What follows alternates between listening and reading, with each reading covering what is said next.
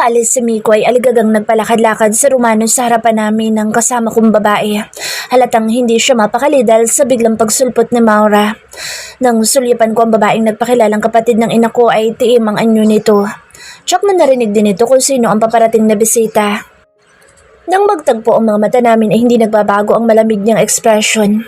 Mas mabuti na rin darating si Maura upang masagot nito ang iba kong mga katanungan habang nandito rin ang babaeng nagpakilalang kapatid ng namayapa kong ina. Ilang sandali pa at tumunog na ang pintuan. Kasabay noon ang pagbukas nito at ang pagpasok ni Maura. Napatayo akong bigla sa kinauupuan nang makita ang ayos nito. Pero mas mabilis na nakalapit dito si Romano. Ano nangyari? Sino may gawa nito sa'yo? Sunod-sunod na tanong ni Romano. Hindi sumagot na tumitig lang dito si Maura bago dumako ang tingin nito sa akin. Nang magtagpo ang mga mata namin ay kusang humakbang ang mga paa ko palapit sa kanya at iglap lang ay yakap-yakap ko na siya.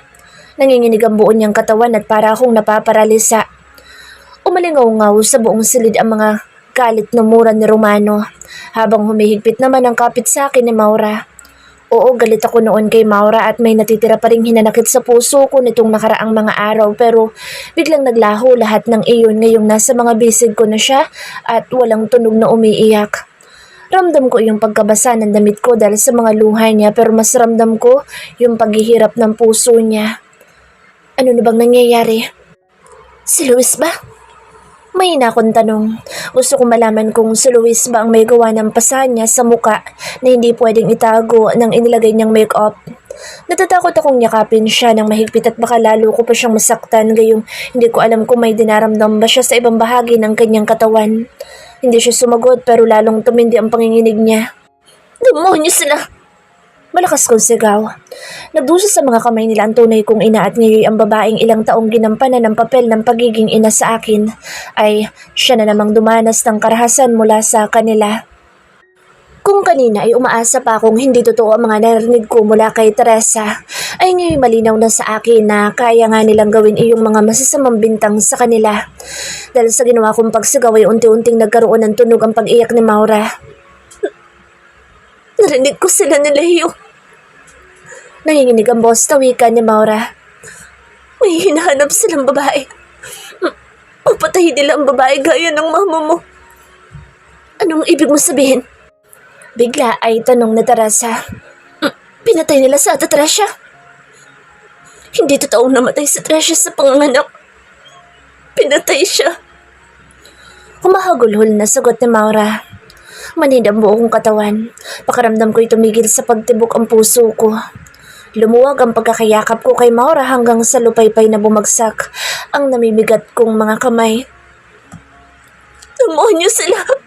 Mga demonyo! Panaghoy ni Teresa na para bang kay layo na sa pandinig ko. Pinakasalan lang ako ni Luis dahil isang Aldovino ang anak ko. Iniisip niyang pwede niya akong gamitin upang makumbinsi si Renz na makapag-showsa sa kanila. Target talaga nilang yaman at impluwensya ng mga Aldovino. Wala akong maintindihan sa mga sinasabi ni Maura. Parang ang layo-layo niya sa akin at pati ang mukha niya ay lumalabo na sa paningin ko. Unti-unti ay parang umiikot ang paligid ko at sumasakit ang tenga ko sa mga naririnig ng mga boses. Namimigat ang mga mata ko at naramdaman kong nawawalan ng lakas sa mga binti ko. Ang huli kong natatandaan bago nagdilim ang paningin ko ay ang pangalan kong sinisigaw ng kung sino. Buong puso kong niyakap ang kadilimang lumamon ng tuluyan sa bawat hinagpis at galit na nararamdaman ko. Mabining mga haplos ang pumukaw sa natutulog kong diwa. Nang magmulat ako ng mga mata ay nakatunghay sa akin na nag-aalalang mukha ni Eros. Agad kong napansin na nandito kami sa loob ng silid namin dito sa penthouse suite. Eros, mahina akong usal sa pangalan niya. Anong ginagawa mo rito? Mahina akong tanong. Naalala ko siya nagpaalam kanina sa akin na may dadaluhang meeting sa syudad. Matagal ba akong nakatulog at hindi ko na malayang bumalik na siya? Kunot nung ako napahawak sa ulo ko dahil parang ang bigat nito. Nakapagtataka rin paus yung boses ko at ang sakit na lalamunan ko na parang kagagaling ko lang sa pag-iyak. Kusang tumigil ang takbo ng isip ko nang bumalik sa akin ang mga huling pangyayari bago nagdilim ang paningin ko. Hindi pala ako nakatulog kundi ay nawalan ako ng malay. Napabalikwas ako ng bangon at mabilis na napahawak sa kamay ni Eros. Yung mama ko. Nanginginig ang boses kong sumbong. Pinatay nila yung mama ko. Calm down, sweetheart. Pagpapakalman niya sa akin. Aalamin natin ang totoong nangyari. Marahas akong umiling-iling. Narinig ni Maura. Giit ko. Totoong pinatay nila ang mama ko. Hysterical kong sigaw. Shh! Everything will be okay. Mahinahong wika ni Eros at masuyo ko niyakap. I'm here. Nagiinit ang sulok ng mga mata ko pero wala na akong mailuluha pa. Yung nararamdaman kong bigati ay unti-unti nang natatabunan ng matinding galit. Yakap-yakap pa rin ako ni Eros nang humahangos na pumasok si Renz, kaya sabay kaming napatingin dito. Si Daddy! Taranta nitong bungad. Pupunta siya sa bahay ni Luis Salazar. Problemadong napaungol sa Eros bago ako marahang pinakawalan. Dito ka lang. Kakausapin ko muna si Kuya. Hindi na niya ako hinintay pa sumagot at nagmamadali na siya lumabas ng silid. Tinapunan muna ako ni Renz nang nag-aalalang tingin bago sumunod sa tito nito. Imbes na sundin ang biling niya na manatili sa silid ay bumaba ako ng kama at sumunod din sa kanila. Napatigil ako sa pintuan at napasinghap nang maabutan ko ang pagsuntok ni Eros kay Romano. Nagising ka na ba? Galit na bulyaw ni Eros sa kapatid. O kailangan pa kitang sapakin ng paulit-ulit. Sapo ang nasaktan pa nga na matalim na tumingin si Romano kay Eros. Bigla akong kinabahan na baka gagantihan nito sa Eros kaya napahakbang ako patungo sa direksyon nila. Hindi pa man ako nakakalapit ay may pumigil na agad sa akin. Nalingunan ko si Maura na may pagtutol sa mukhang nakatingin sa akin. Kasama nito si Teresa na halatang kinakabahan din. Damn you, Eros! Matigas na mura ni Romano sa kapatid. Mula kay Maura ay agad bumalik ang pansin ko sa kanilang dalawa. Sa sulok ng mga mata ko ay nakikita ko si Miko at ang ilang mga kasapi ng security team na Eros na alertong nakatayo ilang hakbang mula sa kanilang magkapatid. Hindi ka pwedeng padalos-dalos sa mga galaw mo. Mariing pahayag ni Eros. Nandito tayo sa teritoryo ng mga Salazar. Gusto mo bang mailibing ng buhay sa asyenda nila? Subukan lang nila. Asip na Romano. Isasama ko sa hukay ang kahit na sino sa kanila. At ano pagkatapos? Galit na buwelta ni Eros. Bibigyan mo na naman ng alalahanin sa mommy? Ipaparanas mo kay mama ang sakit na mawala ng anak? Isa ka ng ama, kaya dapat ay alam mo kung anong nararamdaman ng mga magulang natin. Kung sakaling may masamang mangyari sa'yo, paano yung anak mo? Mag-isip-isip ka nga. Mariing na ikuyom na Romano ang mga palad at napatingala sa kisame bago marahas na sinuntok ang pader. Malakas na napasingap si Maura at nag-iwas naman ako ng tingin. Hindi ako sanay na nakikitang ganoon si Romano. Sa pag-iwas ko ng tingin ay hindi sinasadyang nagkasalubong ang mga mata namin ni Teresa. Ngayon ko lang napansin na magkatulad sila ng mga mata ng namayapa kong ina. Napagtanto kong siya na lang pala ang naiwan sa akin ni Mama. Gusto ko siyang tanungin kung anong buhay meron siya pagkatapos mamatay ni Mama. Gusto kong alamin kung may iba ba siyang pamilya pero hindi ko magagawa iyon. Ngayong pareho kami naghihinagpis sa natuklasan namin mula kay Maura. Babalik tayong lahat sa syudad at doon natin paplanuhin ang susunod natin mga hakbang. Payag ni Eros na pumukol sa paglalakbay ng isip ko. Paano sa Ate Sandra? Bigla akong naitanong. Kailangan niya malaman ang kawalang hiyaan ng ama niya. Hindi ko kayang tanggapin na ama ko rin ang demonyong iyon. Anak na layo sa Sandra kaya hindi niya naman siguro ito kayang saktan. Sabat na Maura. Siyang tumulong sa akin upang makaalis ng asyenda. Alam niyang si Luis ang nanakit sa'yo? Tanong ko. Ewan ko. Umiiling-iling na sagot ni Maura. Hindi siya nagtanong at basta na lang niya ako ipinuslit paalis ng asyenda. Bilin niya lang sa akin na bantayan ka at huwag kang pababalikin doon. Matapos marinig ang sinabi ni Maura ay nag-aalala akong tumingin kay Eros. Huwag kang mag-alala. Wala mangyayaring masama sa kanya. Pagpapagaan niya sa nararamdaman ko. Hindi naman katulad sa Ate Sandra na Leo, di ba? Naghahanap ng assurance kung tanong pero ang totoo niya na gusto ko lang marinig na kahit ama namin ang demonyong iyon ay hindi namin namana ang kalupitan at kasamaan nito. Wala sa dugo o sa pinagmula ng pagiging masamang tao. Choice, iyan ang kahit na sino. Matigas na sagot na Eros. Kaya huwag kang mag-isip masyado. Matagal ko nang kilala si Sandra. Isa siyang mabuting tao. Ako? Mabuting tao rin ba ako? Umiyok ang boses ko sa bandang dulo. Agad kong naramdaman ang pagyapos sa akin na Maura. Ako ang nagpalaki sa iyo kaya alam kong isa kang mabuting tao. Mariin niyang wika. Sa kabila ng kapilihan at katigasan ng ulo mo'y alam ko nandyan pa rin. Sa loob mo yung Rian ay nalagaan at itunurin kong tunay na anak. Alam mo rin ba kung sino ang tunay kong ama? Mahina akong tanong. Sorry. Mahina niyang paumanhin. Matagal ko nang alam pero ngayon ko lang nalaman yung totoong nangyari. Kusa akong kumalas mula sa pagkakayapos niya upang makita ang mukha niya. Nanginginig ang kamay na hinaplos kong walang pasa niyang mukha. Akmang ilalayo niya ang kanyang mukha mula sa akin pero masuyo ko siyang pinigilan.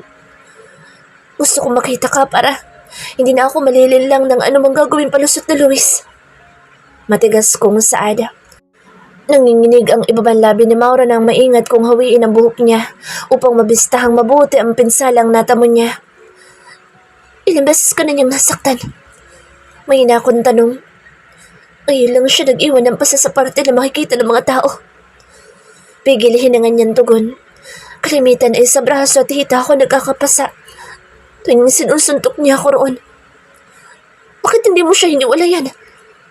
Nangako sa kong tanong. Bakit mo hinayaang gawin niya lahat ng iyon sa'yo? Mabait naman siya noon. Aniya, siya yung nandoon ng mga panahong nalugmok ako. Binuo niya ako na magkapira-pira sa buhay ko. Isang tagapagligtas ang tingin ko sa kanya noon. Siya ang kumumbinsi sa akin na hiyaan sa ran sa ama nito. Total, ihahanapin naman daw ako ng anak ko kung sakaling magkaisip na ito. Pero lahat pala ng iyon ay parating mga plano. Plano nilang magkapatid. Inamin niya mismo sa akin pati na ang ginawa nila sa tunay mong ina na magbanta itong magreklamo laban kay Leo. Sasapitin ko rin daw iyon kapag hindi ako mananahimik. Hindi nila magagawa yun, Mommy. Matigas na pahayag na Renz.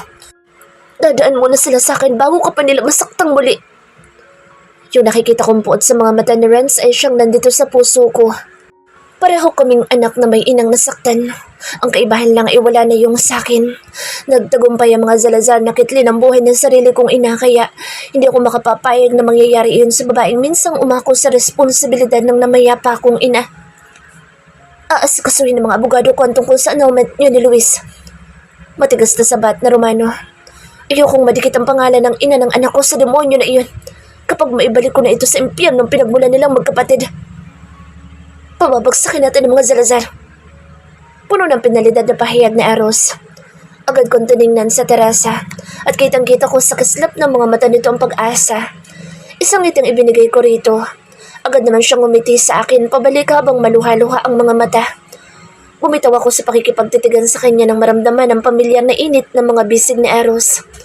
Isinigsig kong lalo ang sarili sa kanya at gumanti rin ng mahigpit na yakap. Salamat kay Eros at mukhang may pag-asa na makakaya kong singilin ang mga Salazar sa mga nagawa nilang kasalanan. Excuse me, Sir Eros. Bigla itawag ni Miko sa atensyon ni Eros. Nasa helipad na po ng hotel ang gagamitin helicopter pabalik sa syudad. Anunsyo nito. May update din po mula sa mga inutusan ko na may mga tauhan ng mga Salazar na pinapakalat sa mga airport at lahat ng mga pantalan sa buong probinsya. Dagdag ni Miko. Kailangan na po ninyong umalis dahil may mga kahina-hinalang mga sasakyang kanina pa pabalik-balik dito sa hotel. Kinakabahang napahawak sa akin si Maura. Maging ako ay nakaramdam din ng kaba. Tangang sa terasa lang siguro yung hindi nagbabago ang expression sa muka. Malinaw na inaasahan na nito mangyayari ang ganito. Utusan mo mga tauhan mo siguraduhin walang makapapasok hanggat hindi pa kami nakakaalis. Utos na Eros. Anet, sir. Alertong sagot ni Miko. Kapag uunahan kayo, ay huwag kayo magdadalawang isip na lumaban. Matigas na bilin ni Romano. Kung may dugo mang dadanak sa probinsyang ito, ay gusto kong dugo ng mga Salazar iyon. Let's go. Maotoridad na aya sa amin ni Eros kapag kuwan. Nakaramdam ako ng panlalamig ng inabutan nito ni Miko ng baril bago kami tuluyang lumabas ng penthouse, suite, papuntang rooftop helipad nitong hotel. Hawak-hawak ni Eros ang isang kamay ko habang hawak ko naman sa kabila ang kamay ni Maura. Kumukuha ko ng lakas mula kay Eros habang pareho naman kami ni Maura na pinapalakas ang loob ng bawat isa. Ni sa panaginip pa hindi ko naisip na darating ang panahong para akong kriminal na pupuslit paalis ng probinsyang pinaghaharian ng mga taong minsan kong itinuring na pamilya. Pero pinapangako kung babalik ako, maniningil pa ako ng utang nila sa akin. Ang biyahe namin pabalik ng syudad ang pinakamahabang 30 minutes ng buhay ko. Hindi ko maiwasang kabahan sa maaaring gagawin ng mga Salazar kung sakaling malaman ng mga ito na kasama namin lumuwas, si Maura at ang babaeng suspect nila sa nangyaring sunog. Dumiretso ang sinasakyan naming helicopter sa mismong compound ng mga Aldovino. Nang sinalubong kami ng mommy at daddy ni Eros, ay hindi ko inaasang ang nararamdamang ginhawa at saya nang makita ang daladalang katana ni Madam Roxanne. Kung kailan nag-iba ang tingin ko sa nakaka-intimidate na katana nito, ay hindi ko masabi. Pakiramdam ko kasi ay simbolo ang katanang iyon kung anong klaseng babae si Madam Roxanne. Kung lahat lang sana ng mga babae katulad nitong palaban, at lahat ng mga lalaki ay kagaya ng asawa nitong si Nico, ay hindi siguro ganoon ang sinapit ng tunay kong ina, at hindi rin dadanasin na Maura ang kalupitan sa kamay ng asawa nito. Bakit nandito si Mommy? May tanong ni Romano kay Eros na umabot sa pandinig ko. Sabay-sabay kami naglalakad palapit sa naghihintay nilang mga magulang. Hindi ko alam. Pabulong din sagot na Eros. Hawak-hawak pa rin niya isa kong kamay ngayon. Ngayon ko lang napansin na wala pala kaming dala ni isang gamit maliban sa wallet ko at cellphone na nasa aking bulsa. Sa Maura ay yung shoulder bag lang din ang dala at sa terasa naman ay sarili lang niya. Sa pagmamadali namin ay hindi ko na naalala ang mga bagong damit na binili para sa akin ni Eros. Para sana sa ilang araw kong pananatili sa probinsya. Sayang nga lang at hindi ko pa naisusuot yung iba. May chismoso bang nabalita sa kanya sa nangyari sa atin sa probinsya? Tanong ulit na Romano. Halatang hindi ito mapakali habang papalapit kami ng papalapit sa ina nila. Ewan ko. Naiiritan tugon ni Eros sa kapatid. Pwede ba? Lumayo-layo ka nga sa akin. Ang arte ah. Pairap na tugon ni Romano at nagpatuunang naglakad upang una ring makalapit sa naghihintay ng mga magulang. Wala sa sarili ako napakapit kay Eros nang sinalubong ng palo sa ulo ni Madam Roxanne, si Romano, gamit ang hawakan ng katana nito. Mommy naman! Narinig namin reklamo nito habang hawak-hawak ang nasaktang ulo.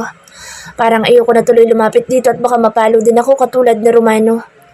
Akala mo hindi makakarating sa akin ang mga pinagagagawa mo dun sa probinsya? Sikmat ni Madam Roxanne sa anak. Hindi ko pinakulayan ng pula yung buhok mo upang paaralan mo yung init ng ulo mo. Kung naghahanap ka pala ng sakit sa katawan, ay ako na lang magbibigay nun sa'yo. Salip na sumagot sa sermon ng ina ay malambing na yumakap dito si Romano. Agad namang kumalma si Madam Roxanne. Malinaw na nag-aalala lang ito sa anak kaya ganoon ang naging reaksyon. Sa susunod ay makinig ka palagi kay Eros.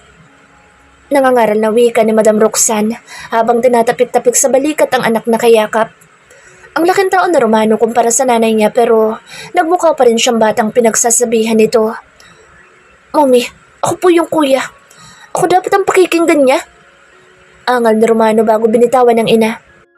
Kuya ka nga, pero yung level ng pag-iisip mo ay ka-level lang nila dik-dik at oink-oink. Nandidilat na tugon ni Madam Roxanne. Huwag ka nang umapila.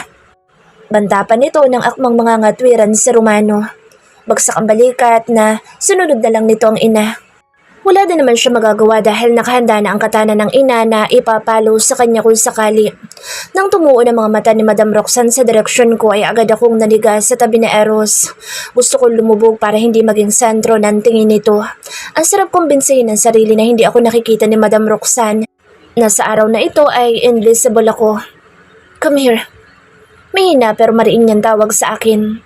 Napatingin pa ako kay Eros dahil hindi ko alam kung ako ba talaga ang kausap ng ina niya. Baka kasi duling lang ito. Sa akin nakatutok yung mata pero ang totoo ay sa anak nitong katabi ko lang talaga ito nakatingin.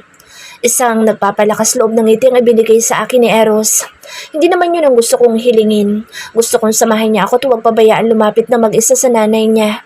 Yung katana, kanina'y feeling safe pa ako nang makita ko ito pero ngayon ay gusto ko nang bawiin iyon.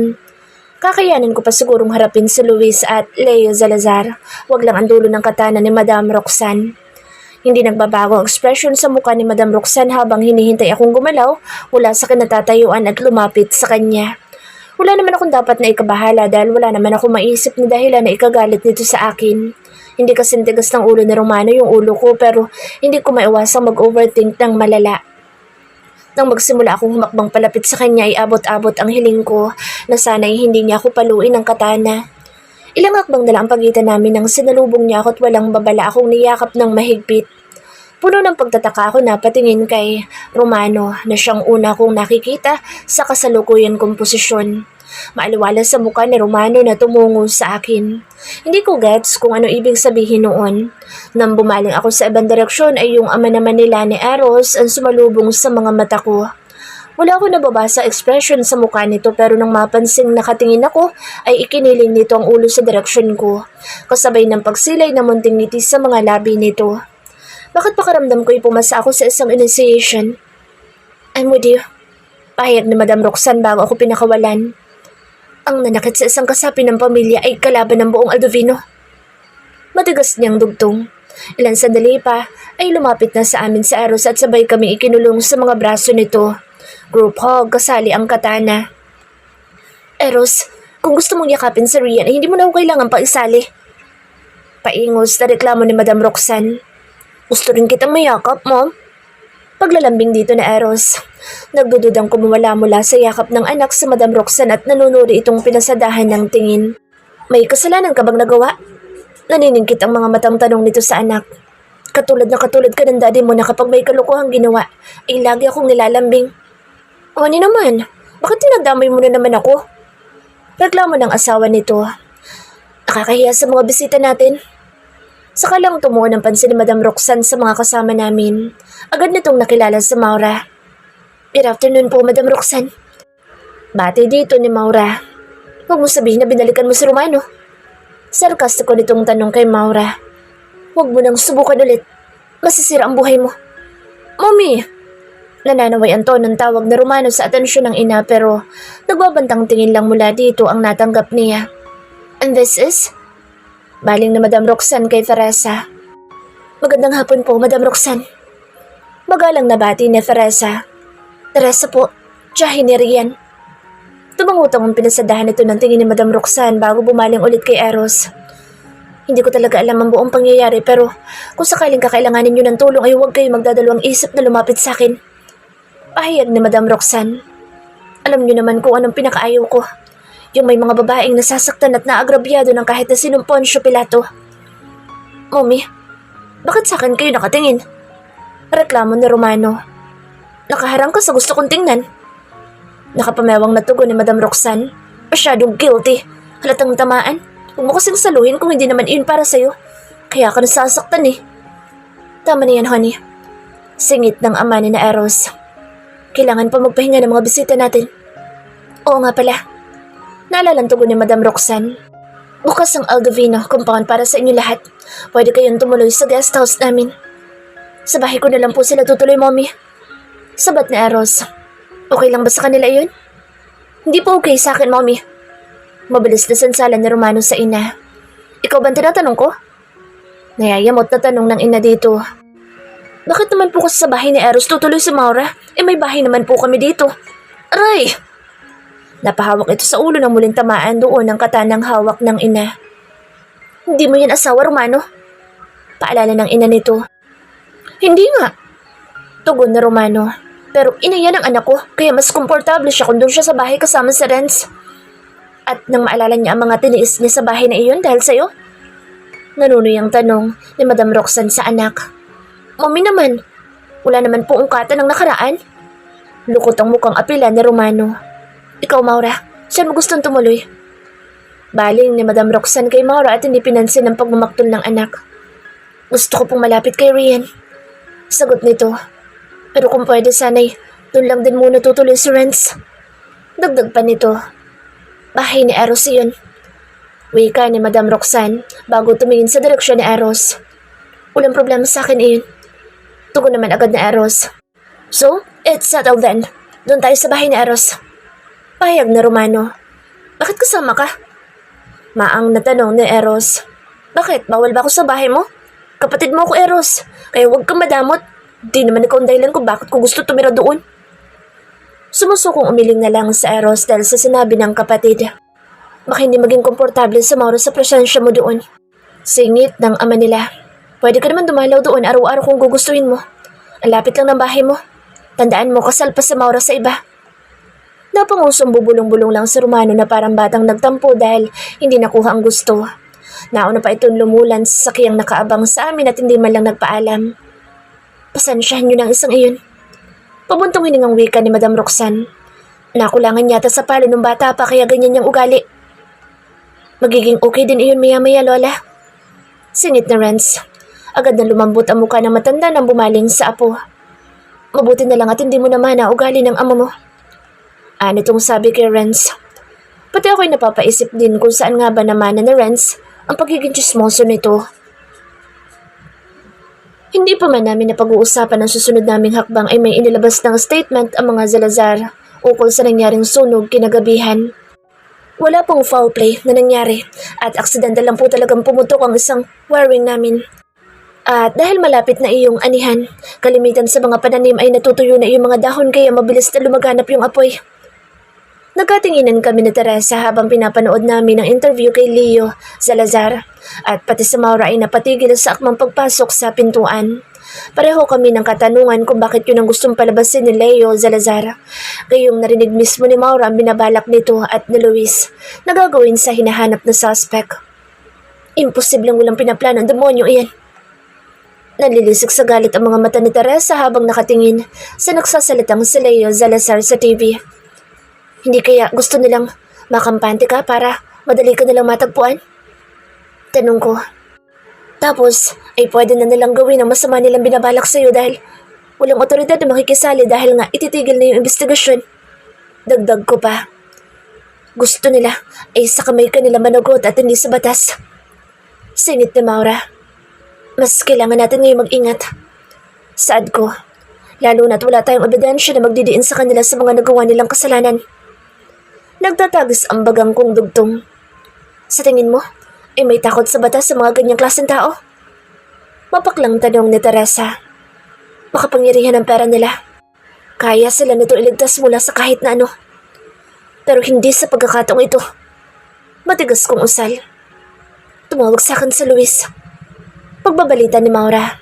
Sabay na napadako ang tingin namin ni Teresa dito. Humihingi siya ng tawad at nagmamakaawang bumalik ako. Hindi ka babalik doon. Agad kong bigil sa kanya.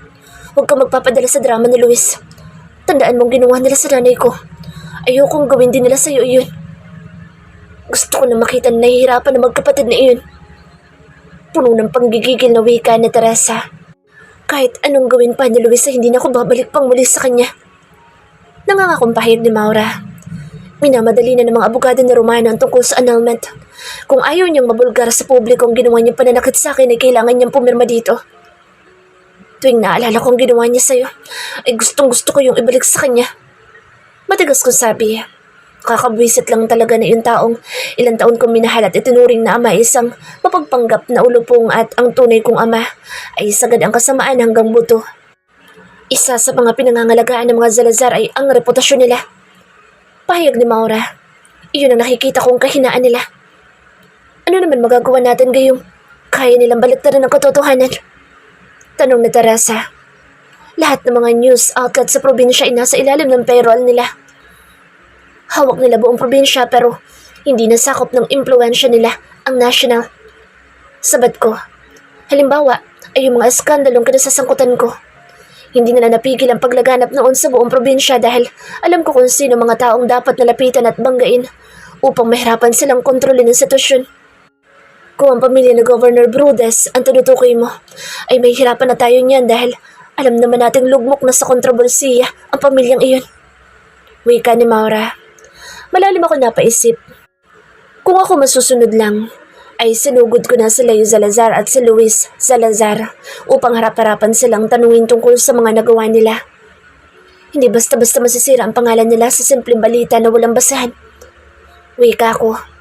Kailangan natin ng mga patunay sa ipalalabas natin mga akusasyon. Baka maapektuhan din ang isasampa natin kaso kung sakaling makialam ang mga reporter. Alam niyo naman kung gaano kakulit yung iba.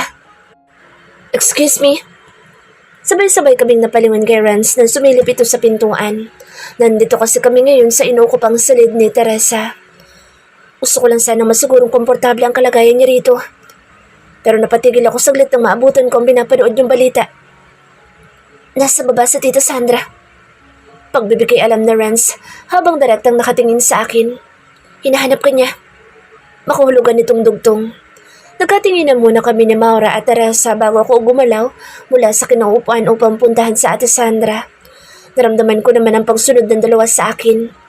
Nang makababa ako ay nadatnan ko sa Ate Sandra na kausap sa Eros at Romano sa sala. Hindi mas paling ang mukha ni Romano habang matalim ang mga matang nakatingin kay Ate Sandra. Hindi naman kakikitaan ng kahit na anong emosyon ng mukha ni Eros. Rian! Agad na tumayo sa kinaupuan sa Ate Sandra nang mapansin ang pagdating ko. Sa sulok ng mga mata ko'y nakita ko ang paggawi ng tingin ni na Romano at Eros sa direksyon ko at mga kasama ko. Tumayo sa Ate Sandra mula sa pagkakaupo para salubungin ako. Pasimple niya akong pinasadahan ng tingin mula ulo hanggang paa hanggang ito'y tumigil sa mukha ko. Okay ka lang ba? Nag-aalala niyang tanong. Physically yes, but emotionally, I am wrecked. Tapat kong sagot. Tuwing naalala ko kung anong klaseng tao ang ama ko ay nagre-rebelde ang kalooban ko. I'm sorry. Emosyonal niyang paghingi ng paumanhin. Sorry dahil ganun ang dati natin. Dati mo lang iyon. Matigas kong putol sa kanya. Patda ang mukhang napamaang siya sa akin pero mabilis na gumuhit sa mga labi niya ang nakakaunawang ngiti. I heard about your mother. Panas niyang usal. Hindi ko talaga alam kung ano nang paniniwalaan ko. Ang kwento ni mommy ay muntik na masira ang pamilya namin dahil gusto mo sa publiko ng mommy mo yung tungkol sa nangyari sa kanila ni daddy. Mahirap paniwalaan na magagawa ni daddy yun sa mommy mo gayong. Wala naman talagang basahin yung mga paratang sa kanya.